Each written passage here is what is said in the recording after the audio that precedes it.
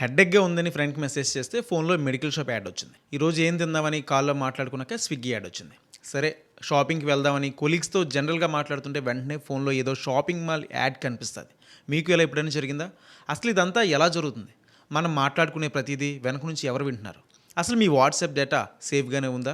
WhatsApp కొత్త privacy policy ద్వారా users డేటాను వాట్సాప్ పేరెంట్ ఆర్గనైజేషన్ మెటాతో పంచుకోవడంపై సుప్రీంకోర్టులో కేసు విచారణ జరుగుతుంది. ఈ పాలసీపై సుప్రీంకోర్టు ఘాటు వ్యాఖ్యలు చేసింది. ఈ కొత్త ప్రైవసీ పాలసీ వలన కోట్లాది మంది భారతీయుల పర్సనల్ డేటా ప్రమాదంలో పడే అవకాశం ఉందని, ఈ కొత్త పాలసీ న్యాయవాదులకు అర్థమవడం కష్టంగా ఉంటే సాధారణ ప్రజలు, కార్మికులు, చదువు లేని వారికి ఎలా అర్థమవుతుందని క్వశ్చన్ చేస్తూ యూజర్స్ యాప్కి అలవాటు పడి దానిపై డిపెండ్ అయ్యే స్టేజ్కి వచ్చాక వాళ్ళు ఏం చేయలేరు కాబట్టి డేటాను కమర్షియల్ బెనిఫిట్స్ కోసం మిస్యూజ్ చేస్తూ ప్రైవసీ రైట్స్ని వైలేట్ చేయడం కరెక్ట్ కాదని స్పష్టం చేస్తుంది. డేటా కొన్ని స్టాండర్డ్స్కు అనుగుణంగా యూజ్ చేసుకుంటున్నామని వాట్సాప్ ప్రతినిధులు కోర్టుకు చెప్పారు. అయితే లాభం వస్తే డేటా అమ్మేస్తారా?